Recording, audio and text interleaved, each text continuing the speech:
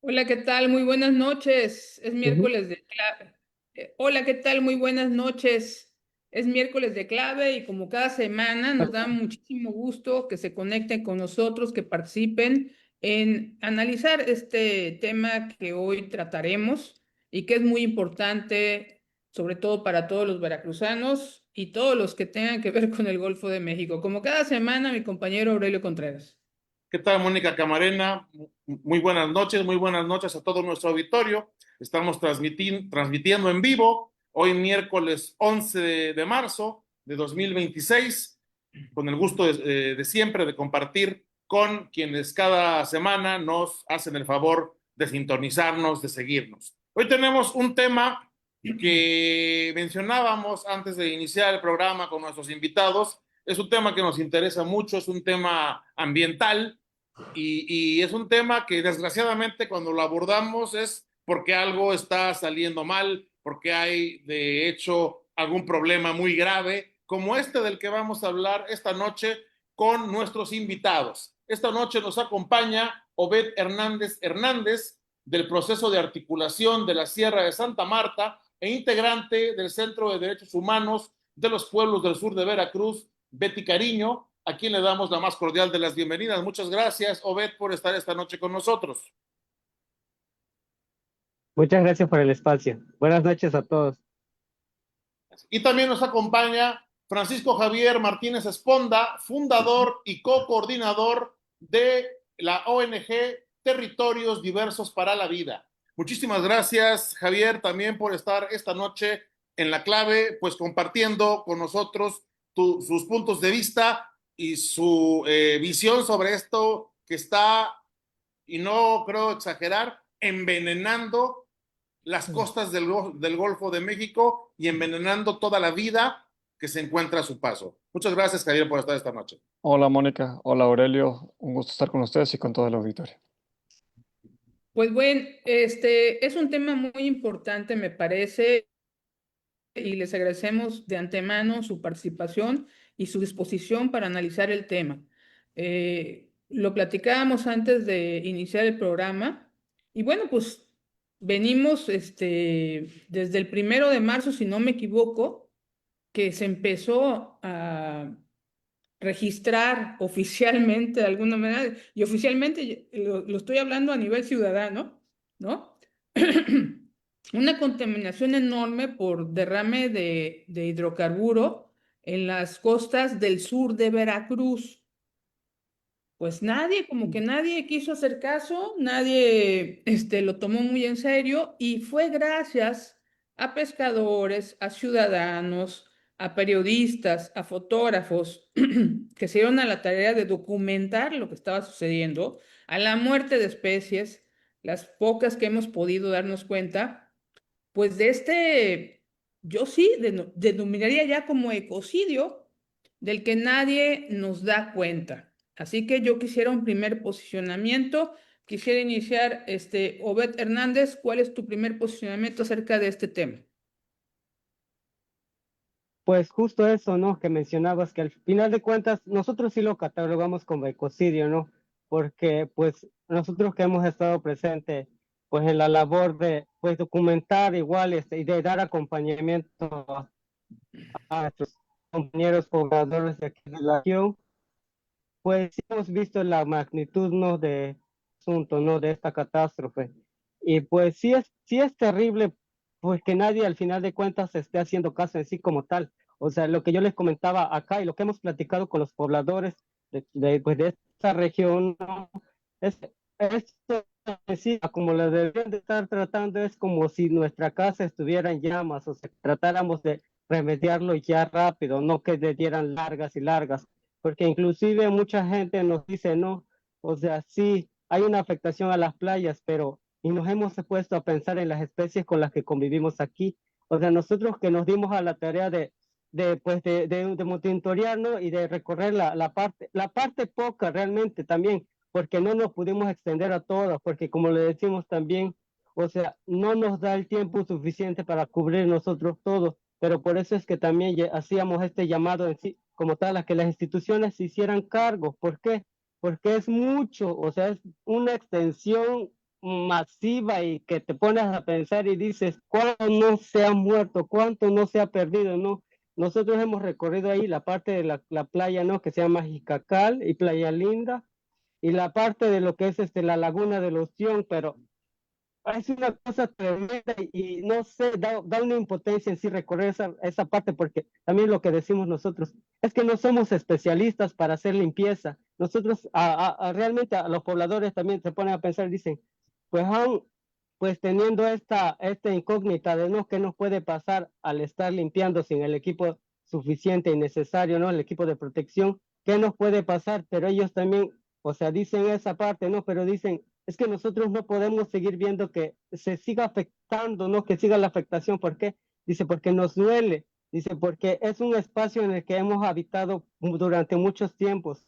O sea, nuestros ancestros nos dejaron las prácticas que ellos han tenido desde mucho antes, ¿no? De cuidar, de la coexistencia, de la conservación, ¿no? O sea, es que hay muchos temas en sí en relación a este ecocidio, a este derrame de hidrocarburos. Es muy extenso en sí los temas y pues no sé, no es fácil de tratarlo realmente. O sea, es una magnitud en la que si te pones a pensar, pues es devastadora. ¿Por qué? Porque les comento, cuando nosotros hicimos el recorrido en la parte de la laguna, que es donde están los manglares, ¿no? El mangle. Las raíces estaban, pues, realmente percudidas, pues estaban así embarradas de esto, ¿no? Y había, pues, las raíces están tupidas, o sea, todas las raíces casi están juntas. Entonces los pobladores de eso decían, ¿cómo vamos a limpiar esa parte? Y dicen, pues no va a quedar de otra más que cortar esos manglares porque ya están deshechos, ya están contaminados, ya están prácticamente afectados.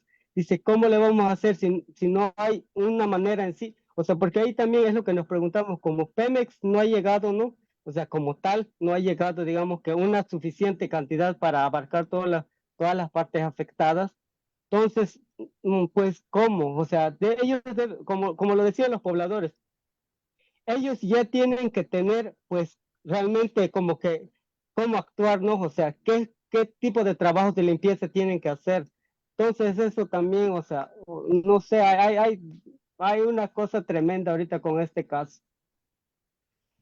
Francisco Javier Martínez, tu posicionamiento acerca de lo que ya consideramos un ecocidio sin precedentes. Ah, eh, pues Mónica, yo empezaría diciendo que, que esto es una situación muy dolorosa. Diría, es que ya esto de sin precedentes creo que ya sobra, ¿no? Porque tenemos el ejemplo del Tizoc, tenemos el ejemplo del Deep Horizon. O sea, es la tragedia recurrente, ¿no? El año pasado tuvimos lo que pasó en el río Pantepec, allá en Tuxpan, con un derrame gigante. El año anterior tuvimos lo que pasó en Ojital Viejo, también en Papantla. O sea, lo que tenemos aquí es una visión de Estado donde se ve al Golfo de México y a la planicie costera como un sitio de sacrificio, ¿no?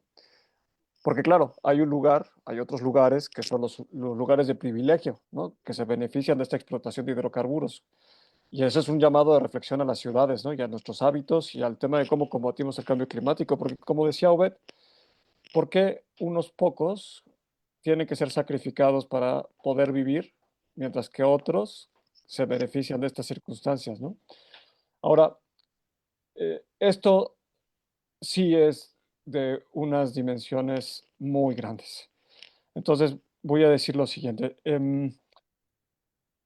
Tanto Beth como su servidor, como otras muchas personas, organizaciones, colectivos académicos, periodistas, conformamos desde hace unos años la Red por el Corredor Arrecifal del Sureste del Golfo de México, que justo busca cambiar la narrativa y la visión hacia el Golfo de México. Pensamos que es un lugar de vida, es un lugar que debe ser conservado y que por tanto debemos de transformar esto que alguna vez escuché en la boca de los pueblos indígenas del sur de Veracruz, de estamos viviendo con una naturaleza entristecida, que eso es también lo que ahorita te estaba diciendo. O sea, pareciera que estamos en la administración de la quiebra, ¿no? Y justo lo que queremos es florecer. Ahora, para que las personas que nos ven se den una idea, la red se dio a la tarea de documentar esto y esta red, por lo menos, la información que tenemos es la siguiente. Es tenemos 230 kilómetros de litoral afectados hasta el lunes. Ya tenemos reportes de que hay petróleo en Alvarado y ya tenemos reportes de que hay petróleo en Veracruz Puerto. O sea, esto sigue aumentando. Teníamos contabilizados hasta ese lunes, teníamos 39 localidades afectadas, de las cuales 30 se ubicaban en 100 kilómetros de la porción sur de Veracruz y otras 9 en 70 kilómetros de Tabasco.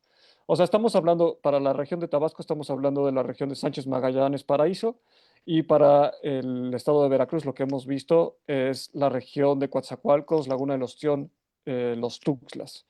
Ahora, aquí también entra una cuestión pues, muy relevante que señalaba ahorita Obed, que es el problema está siendo atendido por las comunidades, ¿no? Con algunas pocas participaciones de funcionarios municipales, ¿no? Y sabemos, por ejemplo, que en Mecayapan, en Pajapan y en Tatahuicapan, allá en el sur de Veracruz, llegó Pemex y estaba en negociaciones, pero eso no se ha traducido en nada. Como Beth estaba diciendo, la gente ha estado limpiando con sus manos, ha estado haciendo y proveyendo, según ellos, han entendido que se debe gestionar el problema. Pero recordemos que estos son residuos peligrosos. Esto requiere un tratamiento especial y eso también requiere una capacitación, ¿no? Em, por otra parte, y aquí em, entra, entran muchas preguntas, ¿no? La red, hablando con los compañeros, la gente de la red del estado de Campeche reportó el 20 de febrero que había un ojo negro, como le llaman, ¿no? O sea, es posible que este ojo negro enfrente de las costas de Campeche sea el que ha desencadenado toda esta problemática. Y entonces estamos hablando de por lo menos 10 días antes de que pudiéramos dar aviso de esta circunstancia. Em, para nosotras y nosotros en la red y por tanto en las organizaciones que acompañamos y formamos parte de este colectivo, lo que nos llama la atención tiene que ver con la manera en que el Estado, en sus niveles, en sus tres niveles de organización, ha estado actuando. Lo primero es, ¿por qué no hay información? ¿Por qué seguimos viendo que las autoridades actúan como si nada pasara, ¿no? Recién nos compartían en los espacios que tenemos de la red, por ejemplo, un comunicado del gobierno del estado de Tabasco diciendo que tienen acciones de inspección y que desde los monitoreos que ellos han hecho en la mar, ellos no han visto la mancha, ¿no? Este, cosa extraña porque pues esto está llegando a las costas, ¿no? Em, la segunda cuestión que vemos es el cómo se atiende la emergencia, ¿no? O sea, aquí tendría que haber un reconocimiento público y tendría que haber una apuesta a la construcción de una solución con las comunidades, porque las comunidades, como decía Obed, son las que han cuidado estos territorios, este maritorio también, como se le nombra en el sur.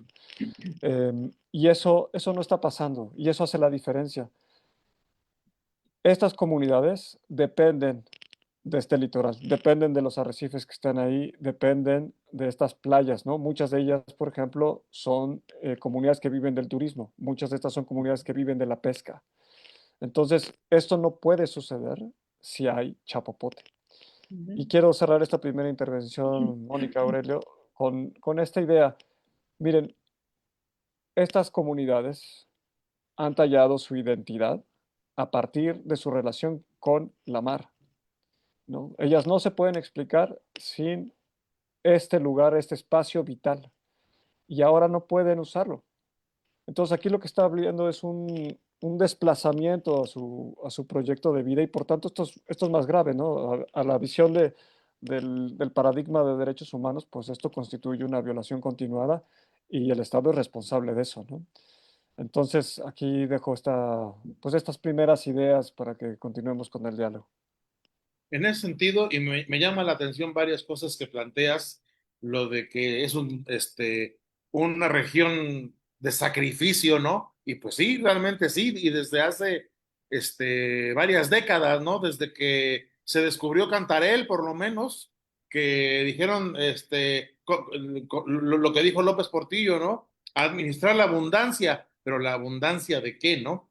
Lo que ha sido abundante es la contaminación y la muerte de especies, de ambientes, de ecosistemas que eso ha provocado. Pero me llama mucho la atención esto de que Pemex está negociando. ¿Qué está negociando Pemex si ni siquiera han reconocido alguna responsabilidad? Digo, nos lo acaba de decir, dicen que ni siquiera ven la mancha que está a mitad del Golfo de México frente a Campeche y que todo el mundo está viendo que ya llegó hasta Veracruz. Ya no es un problema solamente del sur de Veracruz, sino que eso sigue recorriendo y se sigue extendiendo y sigue envenenando el mar, sigue envenenando la flora y fauna que hay en esos ecosistemas y nadie hace y ni quiere hacer nada, ningún gobierno en capacidad de hacer algo se pronuncia siquiera. ¿Cómo, por ejemplo, las comunidades del sur de Veracruz, Obed, están lidiando con esta situación, pues, de abandono?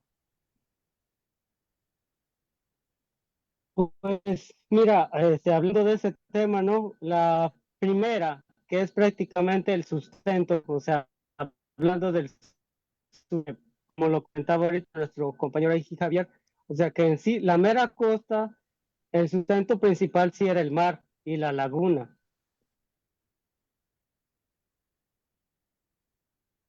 Entonces, ahorita afrontando a los pobladores, las señoras, las amas de casa, nos decían, ¿cómo vamos a sobrevivir todo este tiempo? Y la incertidumbre en sí de cuánto tiempo, como tal, cuánto tiempo se va a tardar para poder solucionar esto, ¿no? Entonces ellos dicen, nosotros no tenemos otra opción en sí como tal. Dice, nosotros todos estos días que vamos a estar parados, prácticamente vamos a estar, una, sin sustento. La otra es en sí, sin esa relación como tal de que todos los días pues tenían a la laguna ahí, tenían el mar, ¿no? Entonces, son dos cosas ahí que sí son pues muy difíciles para ellos, ¿no? Porque una de las cosas también que nos decían las señoras es que, dice, si nosotros no teníamos en sí como tal para comer hoy, dice, si no teníamos, digamos que la economía suficiente, nos íbamos a la laguna o al mar y sacábamos para comer ese día. O dice, sacábamos un poco de producto, ¿no? La vendíamos, la comercializábamos y ya teníamos para 1 kilo de frijol, para arroz, para azúcar. O sea, esa muchas veces no la entienden las personas también, ¿no? Porque ahorita dicen, pero ¿qué es lo que van a negociar? ¿Qué quieren hacer, no? O sea, y la cuestión ahí con la negociación con Pemex, la principal en sí, dentro de los principales puntos era, lo que pedía la gente era que se hiciera un estudio de impacto, o sea, qué tanto impactó a lo que es prácticamente la parte del mar y la laguna. Ellos querían tener certidumbre de volver a entrar en estos ecosistemas, ¿no? En el mar, en la laguna. Ese era de los principales puntos en sí que ellos trataban.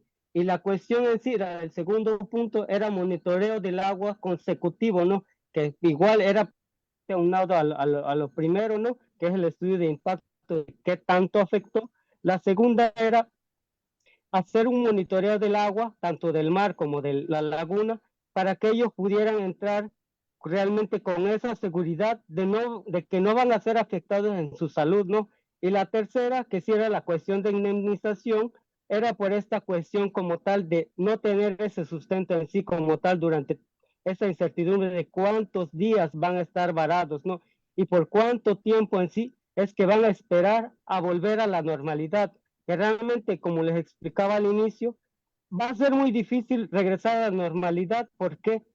Porque esta afectación, hasta ellos mismos dicen, no va a desaparecer de la noche a la mañana. Entonces, sí, como les vuelvo a mencionar, sí hay una incertidumbre en sí de cómo poder volver a vivir lo que está prácticamente viviendo antes de esta catástrofe. Javier, esta indolencia de las autoridades.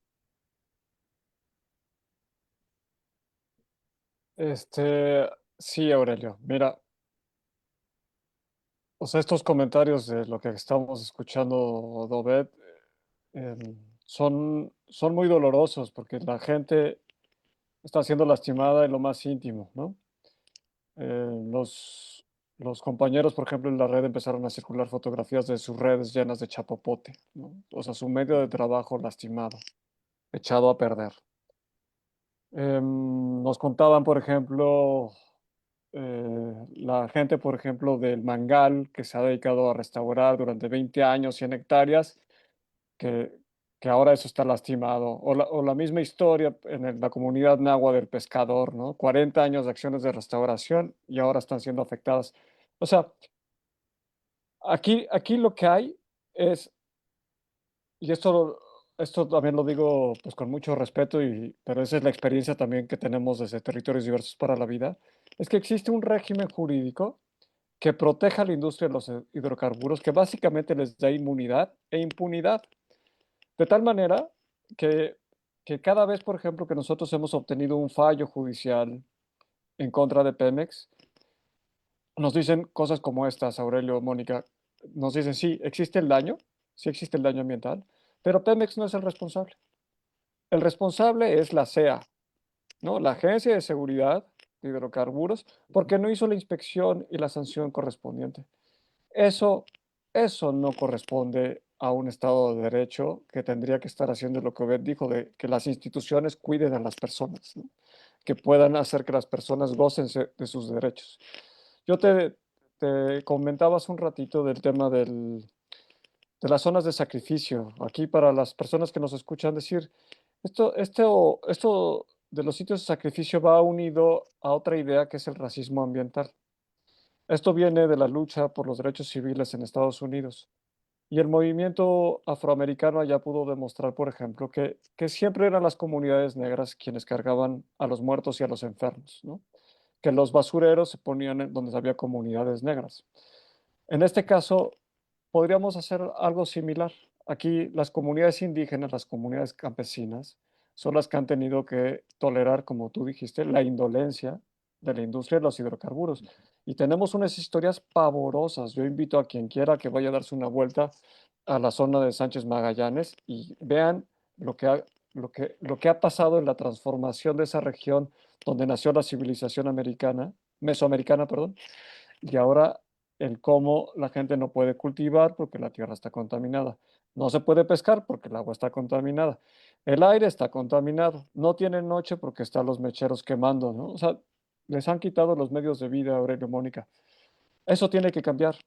Eso, ante el contexto de crisis climática, ante el contexto del régimen de derechos humanos que impera en la Constitución, tendríamos que estar pensando en otro paradigma, ¿no? En una, como se dice, una transición energética justa donde las comunidades estén al centro, donde no se trata de seguir produciendo como producimos, sino de transformar ese consumo. Y eso es donde no estamos, ¿no? Las noticias, y aquí viene otra vez esta reflexión, que es, si ustedes sacaran un mapa del Golfo de México, lo que ustedes verían es un territorio parcelado, ¿no? Porque está lleno de contratos de asignaciones que han sido dados a empresas o a Pemex misma para explorar y seguir la explotación de hidrocarburos. Yo ayer oí que ya nos vamos a lanzar a la explotación de hidrocarburos en aguas profundas. Entonces, no hay un deseo de dejar a los hidrocarburos, a pesar de que México se comprometió en el Acuerdo de París a hacerlo. Em, Hace unos años, unos meses, perdón, la revista Science decía que si los países están comprometidos con una economía que no aumente la temperatura más de 1.5 grados, como marca el Acuerdo de París, eso significa que debemos dejar todo lo que queda de hidrocarburos en el subsuelo. No hay que sacar ni una gota más. Entonces, la pregunta para el Estado mexicano es, ¿y entonces por qué estamos yendo por más? ¿No? Eso es una cosa pues trascendente, Mónica, Aurelio, que hace ver que vamos a seguir viendo estas cosas. Cuando yo empecé mi labor de defensor de derechos humanos, recuerdo que Greenpeace tenía un documento que decía, eso fue en 2005 más o menos, y ya llovió de eso desde entonces, tenía un documento que decía que más o menos cada 2 semanas había un accidente en la infraestructura de Pemex. Y eso más o menos se cumple. Piénselo, cada rato estamos oyendo de estos accidentes. que no son accidentes, sino que es una política de Estado donde los pasivos, que ellos, ¿no? Los accidentes no son vistos como parte de la operación. No se asume la responsabilidad de ellos para prevenirlos. Entonces, em, tiene que cambiar esto. Este derrame tiene que transformar el paradigma bajo el cual opera la industria de los hidrocarburos. Y aquí, pues como dijimos desde la red del corredor arrecifal, estamos pidiendo cosas muy sencillas, ¿no? Estamos pidiendo primero que se genere información. La segunda es que, como decía Obed, que pueda haber una evaluación, que se nos puede decir cuál es el daño y que por tanto se empiece a atender a la fauna, por ejemplo, ¿no? La fauna silvestre que está absolutamente lastimada. O sea, atender esta emergencia no significa ir a recoger el chapopote a la playa. Tiene que ser mucho más, tiene que haber un plan, ¿no? O sea, se tiene que identificar la fuente, se tiene que identificar cuáles son los daños, etc. Y eso claramente pues implica cosas como las que Obed decía de reparación del daño económico a las personas. Pero esto es pues mucho más, ¿no? Em, para no extenderme mucho más, decir que en estas cosas que estamos pidiendo desde la red y que invito a la gente que pueda ver nuestro comunicado del pasado lunes en nuestras redes, en Instagram. Miren, estamos pidiendo, por ejemplo, establecer mesas de coordinación interinstitucional entre los tres órdenes de gobierno y las comunidades para atender el problema, ¿no? Estamos pidiendo que se genere información suficiente y completa para entender las afectaciones a los ecosistemas de playa, a los marinos y la laguna del Ostión. Estamos pidiendo que se instalen sitios de atención y rehabilitación para fauna silvestre, así como brindar información y orientación a las comunidades sobre cómo actuar ante fauna afectada y ante los daños que ellos puedan tener. Y por supuesto, estamos pidiendo que se garanticen indemnizaciones a las personas afectadas y comunidades afectadas, ¿no? Porque esto ha sido enorme. Entonces, tenemos un problema complejo que no puede ser atendido de manera lineal, Mónica Aurelia. Bueno, obviamente es un problema grave que han minimizado los gobiernos de todos los niveles, el gobierno, el partido en el poder, el gobierno federal, protegiendo a Pemex, ya sabemos todo esto, ¿no?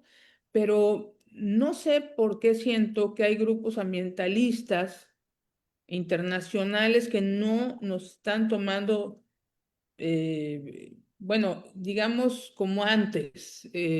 ¿Será que ya sienten oídos sordos con el gobierno de México? ¿Ustedes qué perciben? Ustedes están en una lucha permanente, están aquí hablando de los hechos, de la devastación, del ecocidio, pero yo siento que nos hace falta de afuera para adentro más voces como para llamar la atención. No sé qué opinen ustedes. Obed. Pues sí, mira, con eso de la cuestión de la visibilización, ¿no? Pues hasta donde nosotros sabemos también, ahorita pues, ¿no? Pues Greenpeace sí es el de los que sí se acerca como que a estas, ¿no? Aunque sí tienes razón en cuanto a la cuestión de que pues se nos debe de dar mucha visibilización, ¿no? Y justamente, digamos que referente a ello, ¿no? Es que hemos estado platicando con la gente de la región, porque sí, sí, es cierto, necesitamos apoyo en sí como tal, pues internacional, pero la cuestión también eso de la visibilización lo hemos estado platicando con gente aquí cercana, ¿no? Inclusive le hice la propuesta pues, a algunos conocidos de acá que por el momento pausáramos nuestras actividades y nos dedicáramos de lleno a que esto no se olvide, a que esto esté visible y esté visible. Inclusive ahorita con unos jóvenes, con los que tenemos de hecho un grupo para jóvenes como tal, que están comenzando a conocer el territorio donde vivimos, que igual siguieran realmente difundiendo esto en redes, que pausemos nuestras actividades diarias como realmente como utilizamos las redes y empecemos a hacer la difusión masiva, ¿no? Y empecemos a platicar con todos los espacios en los que podamos sobre este tema, porque sí se necesita mucha difusión. O sea, si hubiera realmente, como tú ahorita mencionas, la parte internacional, sería súper chido, porque también ahí le meterían presión al gobierno para decirle, oye, esto está pasando ahí y por qué ni siquiera te has pronunciado, porque eso sí, por esa parte sí nos duele, ¿no? Porque ni siquiera Claudia Sheinbaum pues se ha pronunciado con respecto a este tema, o sea, realmente ella ni sus luces. Rocío sí dice, ¿no? Pero Rocío Nale solamente dice, es que son unas manchitas, aparecieron unas manchitas en la costa, pero hay también nuestra inconformidad y nuestro enojo, porque nosotros que hemos estado recorriendo el territorio, pues nos damos cuenta de que no son manchitas. O sea, es una cosa tremenda lo que está en la costa. Inclusive nosotros por redes sociales es que nos hemos podido contactar con otros jóvenes y otras personas, otros pobladores de aquí de la misma región que, ha estado que han estado documentando cada quien en su espacio, ¿no? Pues hemos visto la magnitud terrible, porque no son manchitas, o sea, ellos han recogido botes y botes y botes, y es una cosa tremenda que la gobernadora solamente diga, son unas manchitas que aparecieron ahí en la costa. Eso por parte de ella. Por parte de Claudia, la verdad sí es un dolor muy grande, que aún siendo científica, ¿no? Y aún sabiendo la cuestión de la crisis ambiental que se vive, no esté dando parte, ¿no? Aquí cabe recalcar una cosa, que cuando vino el procurador de medio ambiente de aquí del estado de Veracruz, a una cosa que nos dijo es, porque nosotros le preguntamos y le dijimos, ¿por qué no hubo una respuesta rápida? Le digo, ¿por qué esta Rocío Nale no dio la orden a Pemex de decirle, o sea, aunque no fueran ellos, no, pero sabemos muy bien que ellos son los que manejan pues todo lo que es relacionado al hidrocarburo, ¿no? Le dijimos, ¿por qué Rocío Nale no dio la orden a Pemex para que llegue aquí de manera pronta y diera una respuesta? Lo que nos respondió el procurador es que ella no tiene esa posibilidad de hacer eso, que en todo caso nos tendríamos que dirigir con Claudia Sheinbaum.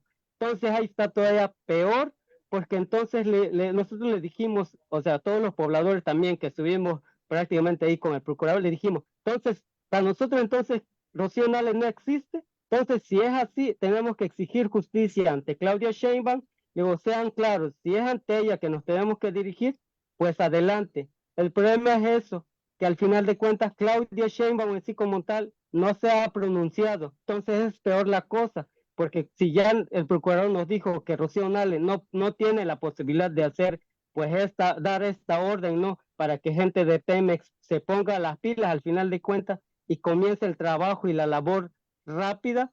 Entonces, si Claudia Sheinbaum no quiere pronunciarse, está peor la situación, ¿no? O sea, porque estamos viendo la negligencia pues realmente de los poderes, ¿no? O de las instituciones que, como yo le he dicho muchas veces, deberían de ser las encargadas de darle seguimiento a esto, deberían de tener un plan de contingencia, un plan de acción, ¿no? Pero si Claudia Sheinbaum no realmente no se ha posicionado, ni siquiera ha hablado de esto, entonces quiere decir que como tal, las comunidades por eso es que estamos como estamos, que estamos perdidos, que estamos en el abandono, porque ya nos dejaron claro que Rocío Nale no tiene la capacidad de hacer, pues prácticamente de tomar el mando y decirle a Pemex, ¿saben qué? Tienen que ir. Y pues prácticamente si Claudio Sheinbaum no ha dicho nada, estamos abandonados al final de cuentas por las instituciones. Sin duda. Francisco Javier, el tema Sería de los grupos ambientales, los internacionales, ya nos decía Obed, y bueno, del gobierno ya decíamos, bueno, pues, están absolutamente en la negación, pero pues alzar la voz a nivel internacional sería importante, no sé qué piensas. Yo, Mónica, creo que es un momento bien interesante de articulación y de encuentro de organizaciones ambientales y derechos humanos mexicanas e internacionales. Particularmente americanas como Air Justice o regionales como es la Asociación Interamericana para la Defensa del Ambiente. Se han estado generando colectivos bien interesantes como la Gran Alianza por el Caribe, ¿no? Que busca justo la prohibición de la exploración y explotación de hidrocarburos en el Mar Caribe. O sea, yo creo que es un momento de mucho tejer encuentros y alianzas, ¿no? Em, creo que, que tenemos la desventaja en Veracruz, en Tabasco, en Campeche, de que estamos el lugar donde el gobierno de México instaló el corazón fósil del país. O sea, toda la energía fósil sale de aquí. Ujú. O sea, mayoritariamente sale del mar, esta explotación, estos hidrocarburos, y luego sale de Tabasco y luego de Veracruz, ¿no? Entonces, el gobierno esta es su apuesta, ¿no? Entonces yo invitaría, por ejemplo, a que vean la lindísima campaña que tienen las comunidades y las organizaciones en el Golfo de California para detener los proyectos que se han propuesto de gasificación en varios puntos de Sinaloa, de Sonora, de Baja California. La campaña se llama Ballenas o Gas y ha sido una narrativa muy exitosa para contrastar estas cosas. Ahora, a mí eso, por ejemplo, me lleva a esta reflexión de cómo hacemos para, les decía yo al inicio de esta charla, cómo hacemos para cambiar la narrativa sobre el Golfo de México.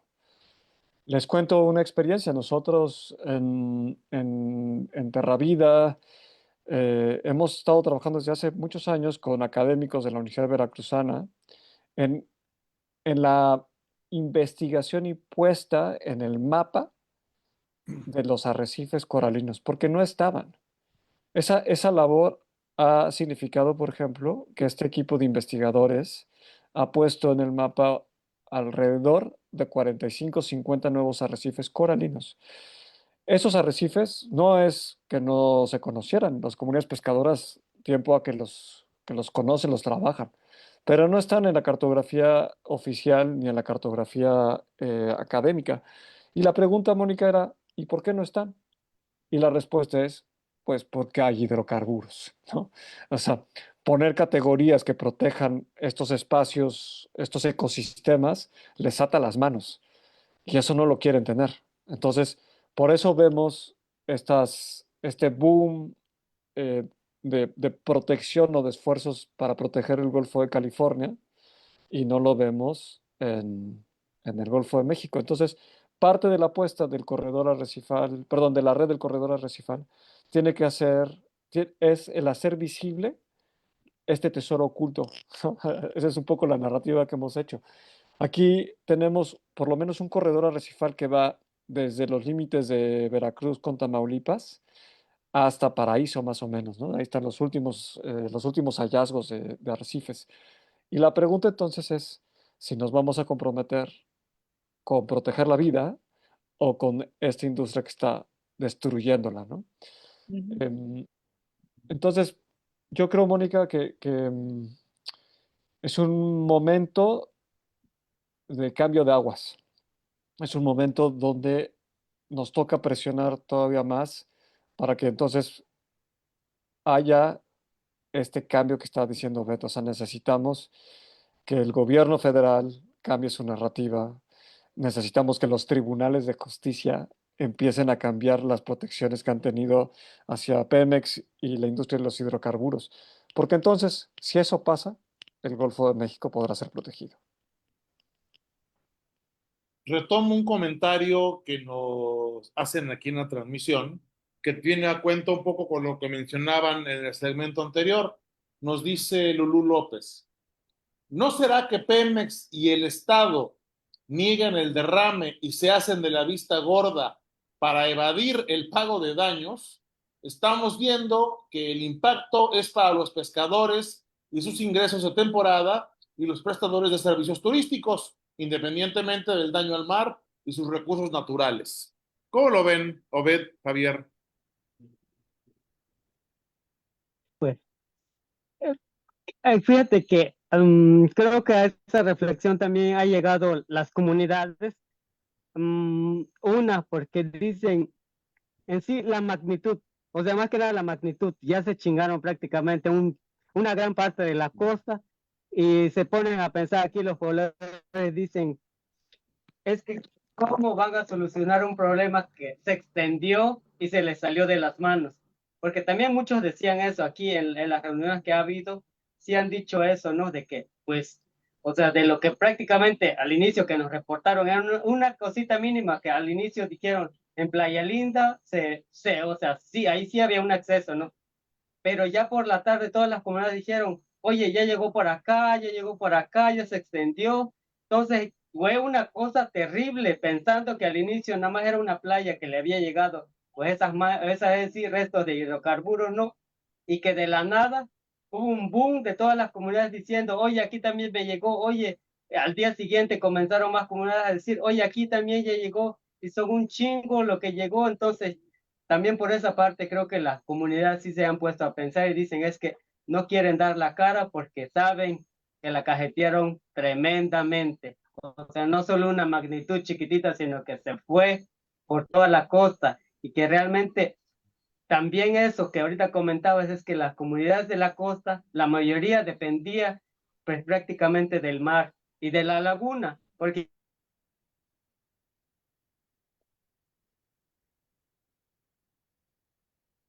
Nos atoró tantito el internet. Sí, estamos, inclusive he hablado con algunos conocidos de la costa, las comunidades más hacia arriba, realmente nadie ha llegado a ayudar, o sea, nadie, los de Pemex en sí por allá, ni sus luces, y la gente ya empezó a limpiar, pero también tienen esa incertidumbre, dicen, pues ahora qué vamos a comer, dice, estábamos acostumbrados a los prácticamente a los mariscos, a los peces, dice, ahora pues, ¿qué va a hacer de nosotros? O sea, también se ponen a pensar en esto que comentábamos, que para es una magnitud enorme y que realmente para Pemex, quién sabe cómo vaya a salir, o más que nada para el gobierno, ¿no? O sea, quién sabe qué tanto le vaya a salir, ¿no? Si hacen pues un presupuesto de cuánto se chingaron, quién sabe cuánto sea, ¿no? De qué magnitud sea. Sin duda. Javier, ¿tú qué opinas sobre eso, sobre esta perspectiva? Yo creo que o sea, que debemos analizar este asunto a la luz, dirían los abogados, de las obligaciones del Estado mexicano. Y esto es, o sea, el Estado mexicano, más allá de Pemex, más allá de la CEA, tiene la obligación de prevenir el daño ambiental, tiene la obligación de hacer que esto que hemos llamado el derecho al medio ambiente implica que la naturaleza pueda seguir siendo ella misma.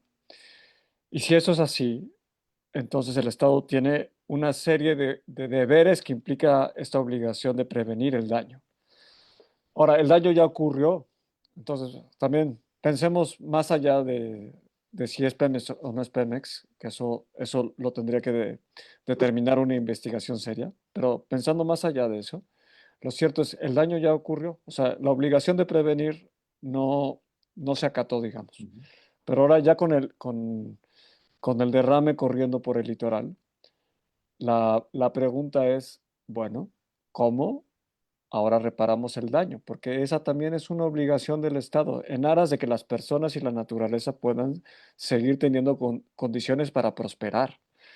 Entonces, a mí me parece que esta discusión de si fue Pemex o no es Pemex empieza a tornarse en una necedad, cuando lo que ahorita lo que necesita el Estado es ponerse a actuar, ¿no? O sea, yo creo que ahorita hay que atender la emergencia, hay que contener que el chapopote de donde venga quede controlado y contenido.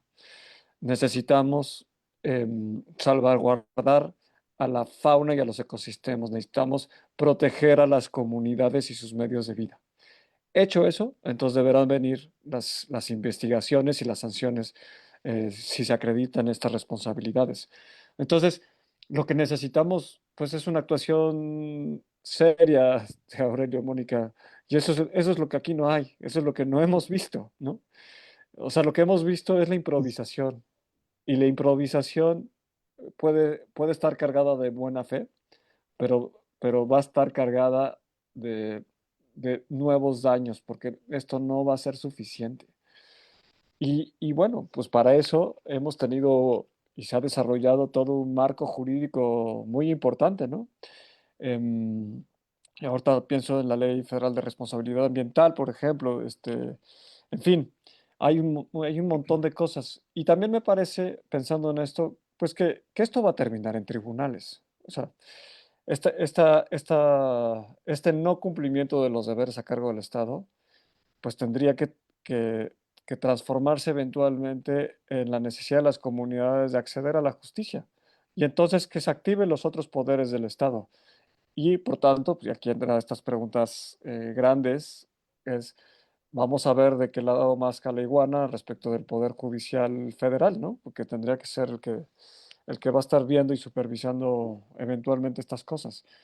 Entonces, esa es una respuesta larga, Aurelio, a tu pregunta. Pero sin duda es una pregunta que hay que hacer, ¿no? Y sobre todo pensando que si vamos a depender del Poder Judicial, no, No, pues bueno, estamos jodidos, ¿no? no, pues ya, ya lo olvidamos, ¿no? Digo, definitivamente, por eso el apoderamiento de todos los poderes del Estado, ¿no? De este gobierno. Y bueno, yo sí les quiero plantear lo siguiente. Fíjense que en diciembre tuve la oportunidad de estar frente al mar en la zona de entre Boca del Río y Alvarado y ya se veían manchas negras, ¿no? En esta zona. Es decir, esto ya tiene tiempo, ¿no? Ahorita se agudizó, vamos a decirlo, o algo detonó que ya fuera un derrame y una contaminación que no se puede ocultar, pero esto ya tiene mucho tiempo. Nada más que, pues, alzar la voz cuesta trabajo en estos tiempos. Somos pocos los medios que alzamos la voz de verdad, lo digo absolutamente. Ahorita ya muchos ya dieron voz a este ecocidio, a esta contaminación, pero cada vez cuesta más trabajo denunciar. Y cada vez cuesta más trabajo que nos hagan caso a los ciudadanos.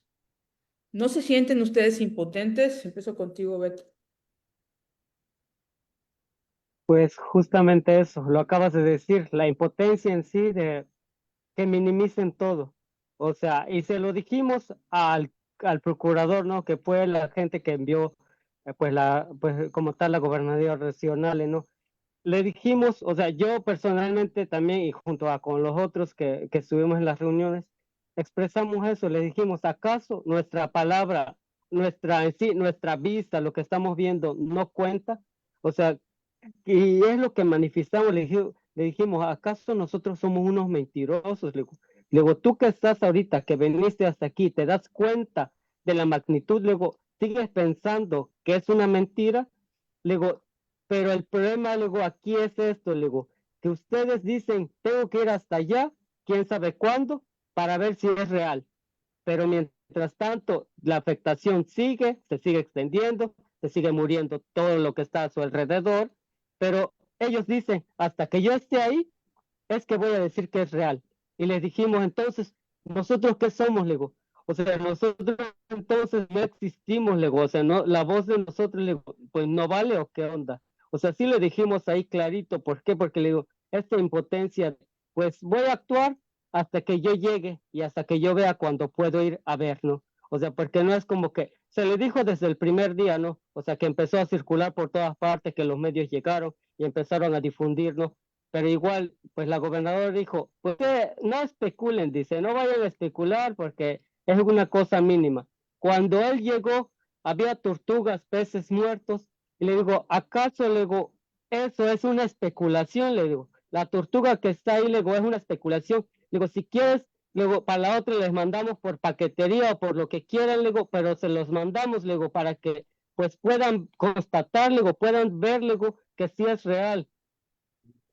No, es una cosa tremenda, que da dolor de cabeza. No, es una cosa horrible, horrible estar en esta incertidumbre de ver que no hay acción por parte de ninguna institución realmente. Francisco Javier. Mira, Mónica, yo pienso sobre tu pregunta, em, que es una pregunta dura, porque no es que las personas defensoras de la tierra, el territorio y la mar no estén actuando.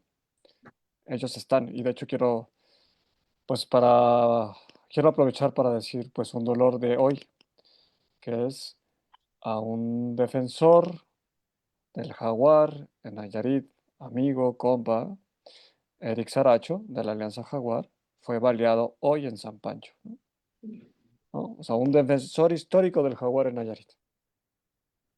Entonces, estamos, o sea, estamos con lo que tenemos, poniendo el corazón, poniendo nuestras, nuestras manos, nuestro talento para transformar esta realidad que nos aqueja. Porque es una realidad, como ahorita decía Obed, yo lo escucho y a mí se me parte el corazón. O sea, duele, esto duele. Mm, Hace unos años se logró y México suscribió, ratificó el Acuerdo de Escazú. Ese fue el primer acuerdo internacional que se reconocieron derechos de acceso ambiental y se reconoció el derecho de las personas defensoras de la tierra y el territorio y la mar a tener un entorno seguro para realizar su labor de defensa. Eso no lo tenemos, Mónica, pero aún así hacemos esta labor. Está también el derecho de acceder a la justicia. Tampoco lo tenemos, ¿no? O sea, hemos avanzado enormidades, pero de todos modos la justicia sigue siendo muy precaria en este país, ¿no? Obed ahorita nos contaba algo que me parece una discriminación tremenda, ¿no? O sea, y además con una indolencia increíble, porque, por ejemplo, ¿cuántos inspectores tiene la CEA o la Profepa para Veracruz o para Tabasco? ¿Uno? ¿Dos? Con suerte tiene cuatro, ¿no? ¿Eso es suficiente para atender una problemática de esta envergadura? No. Entonces, lo que tenemos es un Estado que da prioridades a otras tareas, como es esta explotación eh, de hidrocarburos, eh, y está dejando de lado lo que sustenta a todos, y esa es la tragedia.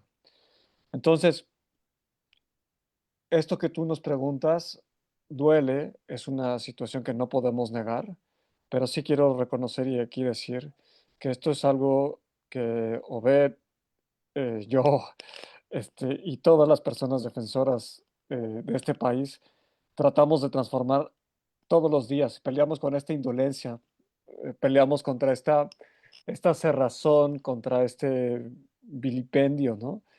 Y tratamos de hacerlo desde rutas bien distintas, ¿no? O sea, hay quien se dedica a generar información. Por ejemplo, si ustedes ven el comunicado de prensa de este lunes de la red del corredor, Lo lo que, publicamos, de hecho. pues, ¿vieron la calidad de la información? O sea, es sorprendente. Esta información vino no del gobierno, vino de lo que se articuló desde la sociedad civil. Hay otras organizaciones que buscan y trabajan desde la incidencia y hemos visto transformaciones radicales. Por ejemplo, toda la pelea, y esa dolió mucho cuando Morena lo transformó, el tema del derecho que ganamos de acceder a la información. O sea, esa pelea, por ejemplo, fue muy importante y transformó la manera en que defendemos derechos humanos. El tema de acceso a la justicia. Cuando yo empecé esta labor, los abogados grandes decían que su reto era que les admitieran una demanda de amparo. Ahora o sea, ya no solo nos admiten las demandas de amparo, sino que ganamos sentencias. Ahora nuestro problema es que esas sentencias se cumplan. ¿Me explico? Entonces, hemos avanzado y tenemos nuevos retos. Y también está claro que lo que hemos ganado está en un lugar que se está erosionando, Mónica, Aurelio. O sea, hemos visto cómo lo que se ganó con tanto esfuerzo en 40 años se está erosionando de una manera increíble y eso significa que personas y pueblos van a salir lastimados y eso preocupa. Entonces, nosotros, pues desde Territorios Diversos para la Vida y con las organizaciones que participamos en la misma red, lo que estamos pidiendo y proponiendo, pues es poner al centro lo que importa. Y lo que importa es la vida, no los hidrocarburos, no estas cosas. Em, entonces, si vamos a hacer este cambio, si vamos a detener el cambio climático, necesitamos empezar a escuchar a las personas que cuidan a la naturaleza, y esos son los pueblos y comunidades. Sin duda. Un poco a colación con lo que acabas de señalar, nos dice Zaida Chiñas, periodista del sur de Veracruz, la CEA es inoperante, no ha tomado acciones en el tema del derrame ni en el incendio del pozo petrolero en las Chiapas. Sus auditores solo fueron paseados por el personal de Pemex, pero no revisaron nada. Y sabe de lo que habla. Nos comenta Ana Laura Pérez Mendoza, en imágenes de satélite no se ve la mancha, y sí se ve, ¿no? Incluso en el boletín que nos compartieron precisamente en el comunicado de lunes, nos compartieron, entre otras cosas, imágenes satelitales donde se ve la mancha negra ahí a mitad del Golfo de México, ¿no? Y nos reitera Lulú López, la autoridad no hizo acciones de prevención, de contención ni remediación. Todavía hace unos meses vimos atención en el norte cuando el derrame en el río y que hicieron acciones, pero ahora de plano han simulado y tratan de minimizar con su narrativa de no pasa nada el grave daño que ni se previene ni se contiene. Creo que hay un consenso sobre esto que están señalando, ¿no? ¿Y qué se puede hacer?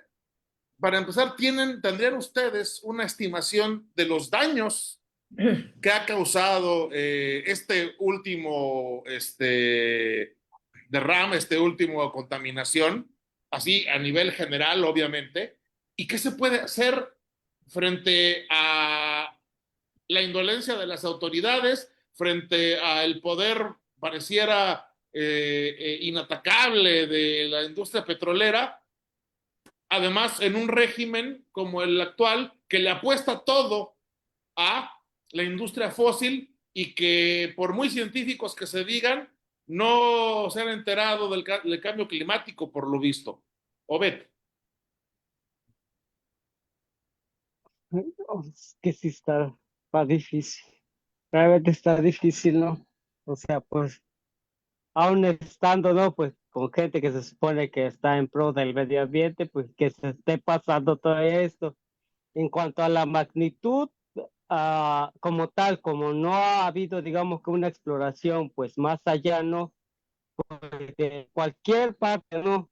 Pues cuantificarla no está tan, o sea, así en sí nuestras posibilidades, o sea, solamente vemos pues lo que nos está pasando, o sea, solo vemos lo que pues está llegando en cuanto a ayuda, en cuanto a animales muertos, en cuanto a la economía, ahí sí la gente manifiesta pues que pues su día a día en cuanto a su comercio, en cuanto a sus formas de vivir, que sí son pérdidas demasiado grandes, que son pérdidas que realmente sí superan por mucho y más ahorita que viene la temporada de Semana Santa, o sea que sí es una magnitud pues muy, muy grande. Y en cuanto le digo que a la magnitud de afectación, pues ya vimos toda la costa prácticamente afectada, los manglares que pues también que son años de conservación y que pues ahorita por una cuestión de Pemex, pues se chingó todo ese trabajo. Entonces son años y años que nuestros antepasados pues nos dejaron esa sabiduría, ¿no? De cómo coexistir con estos medios y que ahorita por una cuestión de, pues realmente de la industria de los hidrocarburos, pues se terminó todo eso. O sea, la gente todavía pues sigue pensando, ¿no? ¿Cuándo vamos a poder volver a hacer esta labor de conservación? Pero pues va a ser muy difícil porque para ello tiene que haber un estudio pues del impacto que tuvo, ¿no? Para volver otra vez a la realidad, a la vida cotidiana que tenían los pueblos, ¿no? Acá que somos pueblos originarios. Y haciendo énfasis en esto, ¿no? También hablábamos una cosa que podría derivar esto, ¿no? Que es el etnocidio, que prácticamente, pues nuestras prácticas ancestrales podrían terminar realmente, pues por cambiar. ¿Por qué? Porque si se muere el mar, si se muere lo que es prácticamente la laguna, prácticamente nuestra forma de vivir pues podría tender a cambiarse. Entonces ahí nuestra cuestión prácticamente étnica pues podría pues derivarse a un cambio que no digamos que no viene de nosotros, sino por esta acción de Pemex. Entonces, pues sí, por esta parte, pues sí está un poquito pesadito el tema. Vaya que sí. Javier. Pues Aurelio, yo soy defensor de derechos humanos. Crecí con los derechos humanos y creo lo que dice el preámbulo de la Carta de San Francisco, ¿no? Cuando se firmó después de la Segunda Guerra Mundial, que los derechos humanos son el camino a la paz. Creo que hacerlos a un lado, violentarlos, nos regresa a los escenarios que quisimos dejar atrás y que por, por azares del destino pareciera que queremos regresar a escenarios donde los derechos humanos son relegados y pisoteados. Quiero también como cerrar esta intervención diciendo que como afirmar el por qué peleamos por los derechos, ¿no? Cómo los derechos pueden ser un camino para transformar. Entonces, yo doy fe, porque yo he sido abogado y he acompañado a estos procesos. He visto cómo los pueblos organizados y las comunidades organizadas pueden soñar en transformar las realidades que les aquejan. He visto cómo, por ejemplo, en la Cuenca de la Antigua, los pueblos se organizaron para pelear un decreto presidencial que quitaría alrededor del 70% del agua de la cuenca, del río, se le iban a llevar a la industria. Los pueblos pelearon en tribunales y lo ganaron. Se quedó el agua y cuando se entregó la sentencia, se dijo, oigan, costó tanto juntarnos que pensemos el siguiente sueño. Y el siguiente sueño fue, bueno, que ahora los ríos de la cuenca la Antigua estén limpios. Y ahora empezamos una batalla legal el año pasado. Esa batalla legal se presentó a los tribunales federales y se nos dio una medida cautelar donde se ordenó a 22 ayuntamientos del estado de Veracruz y 2 poblanos que tomaran medidas para mejorar la calidad del agua en lo que dura el trámite del juicio.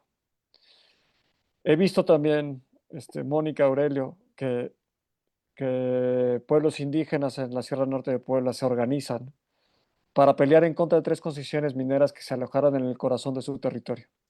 Y después de 11 años de litigio, logramos que se cancelaran las concesiones, ¿no? Que el territorio fuera libre. Entonces, creo en el poder de la gente, creo en que la articulación desde el colectivo puede ayudarnos a transformar y creo que los derechos, el ejercicio de los derechos, puede ayudar a lograr esas transformaciones. Entonces, mi invitación a la gente que nos escucha tiene que ver con ejerzan sus derechos, atrévanse a eso. Atrévanse también a organizarse con sus comunidades, atrévanse a poner cara a estas personas que vienen a decirnos que no pasa nada. Recuerdo